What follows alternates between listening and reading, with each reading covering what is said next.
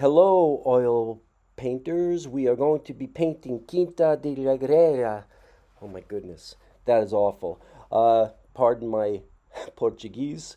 We're going to start with the clouds, okay?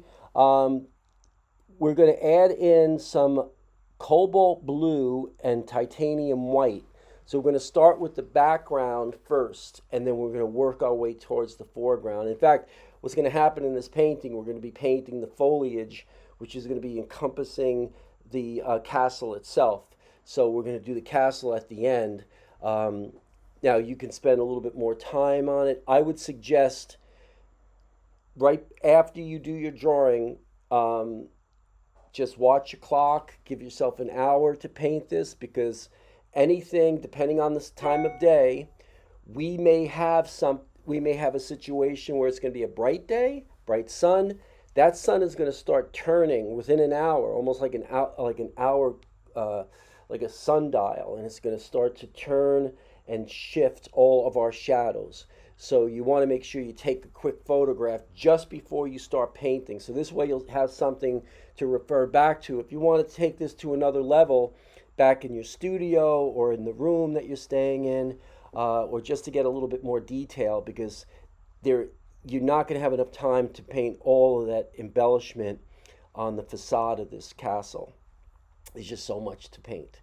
So we really want to get a big block in. We want to get the big shapes in, and that's what we're kind of doing now. And I am softening. I'm doing a little blending.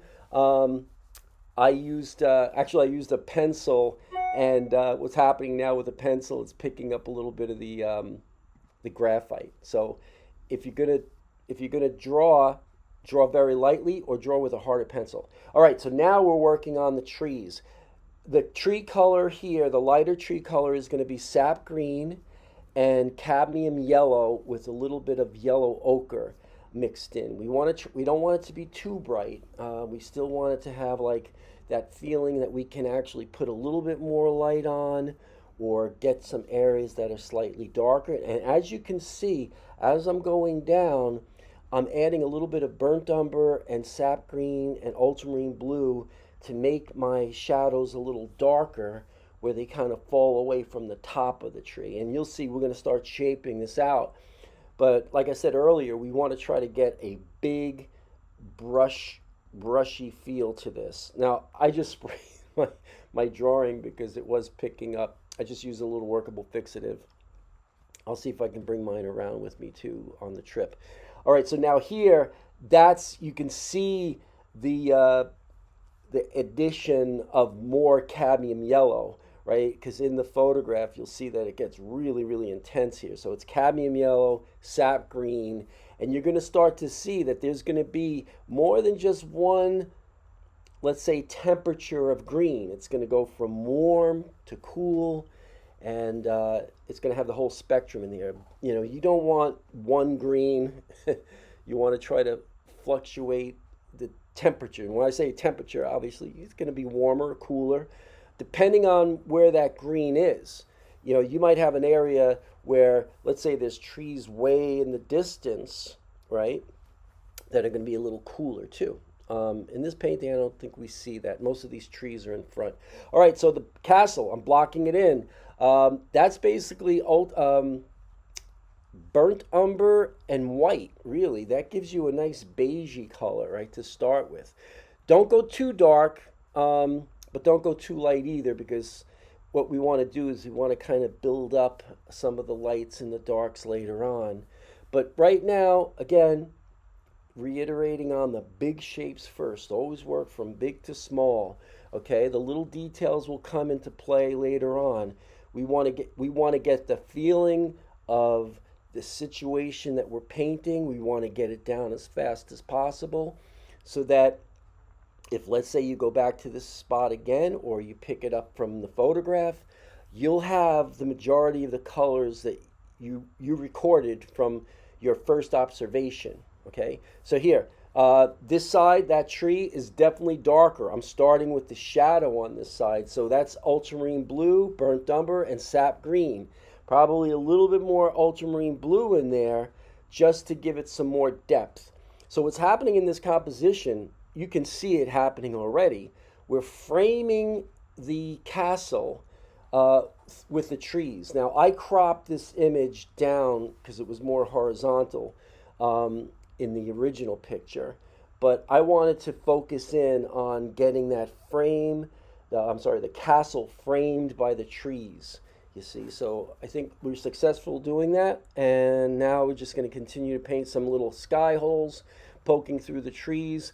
I will adjust those because they look a little too harsh by just literally painting into those sky holes a little bit. So now they look like they are behind the trees by just adding a little dark embellishment in and around. Normally on the tops, we'll have like, well, the top of the sky hole would be lighter, and then the tree, the bottom part of the tree would be a little darker. So now I'm adding, again, another, it's green, but it has more burnt sienna in it. So we're going from almost like a khaki army green, and now we're going to transition into some siennas, some oranges. I did use some cadmium orange in here with some burnt sienna just to get a little bit more vibrancy. There's a whole bunch of flowers, um, and they're in the foreground. On a painting like this, if let's say you're looking to focus in on the castle, I would downplay the flower colors. Okay, I believe Portugal has a lot of hydrangeas. I think they're going to be like a flower that we're going to see a lot of when we get there. So these happen to be pink, those big pink snowball flowers. If you want, you can paint them more of a cool tone. I just happen to paint them pink.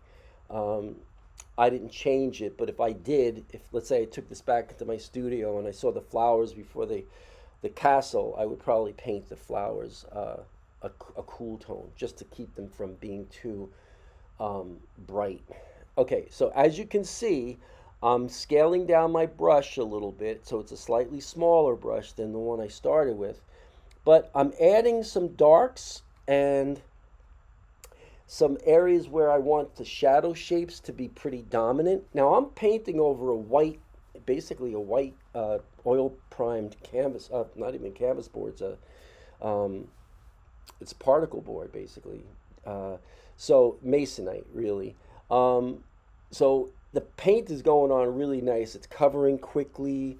It has a nice opacity to it, so I don't have to worry about it being too thin, too thick. It's going on really beautifully.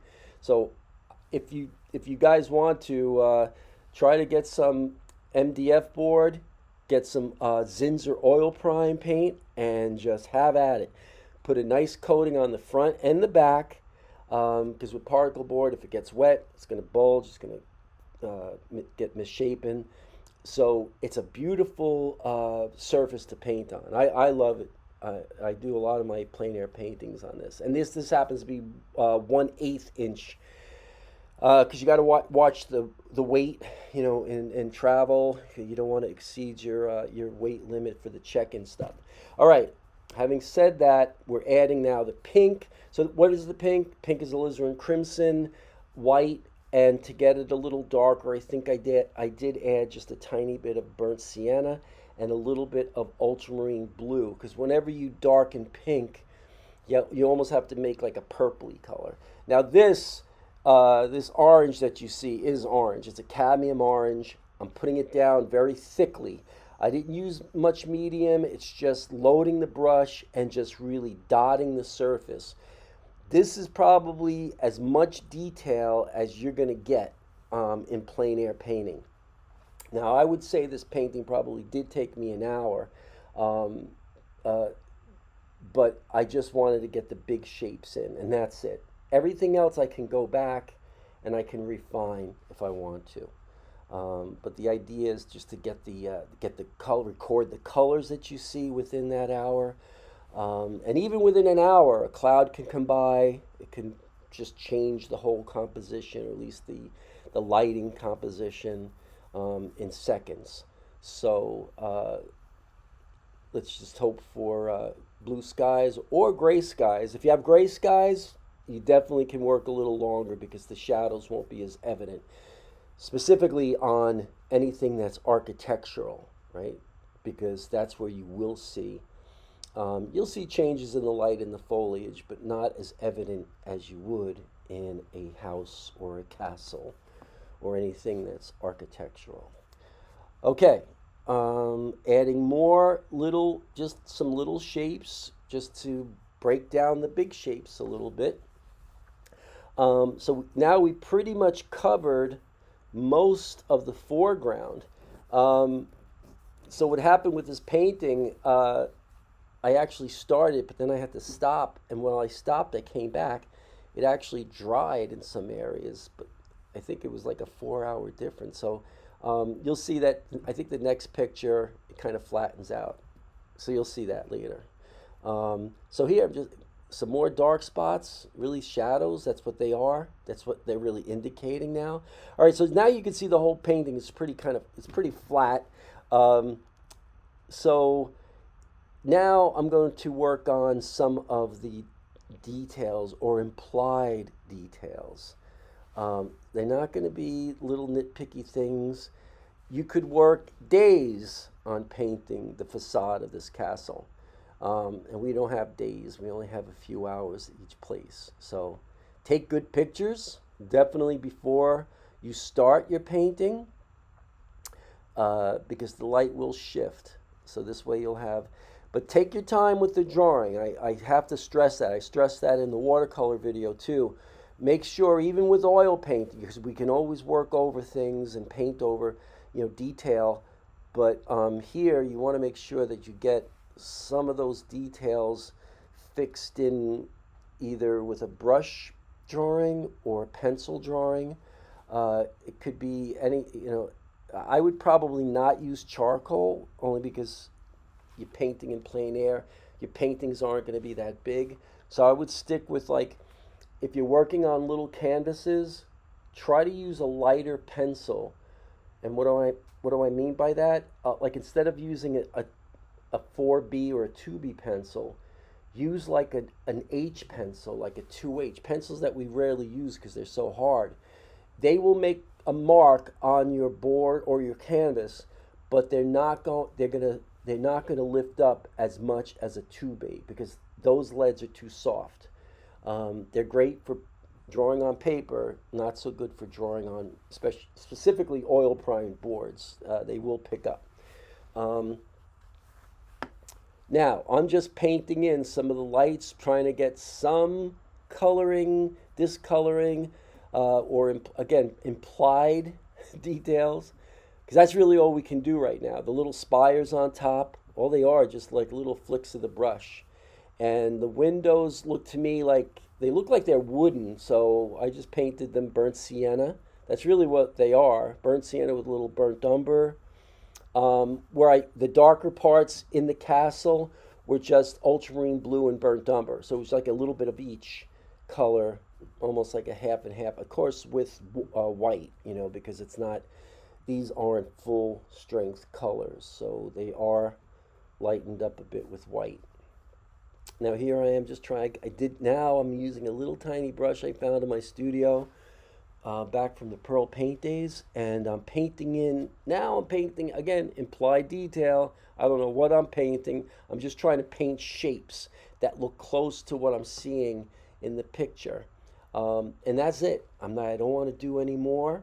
I think having just enough in here to make a recording, and you could always take these things back home and work on them again. So think sketching, think trying to get your big colors in first, and your big broad shapes in first, and then the little things you can always add in later on.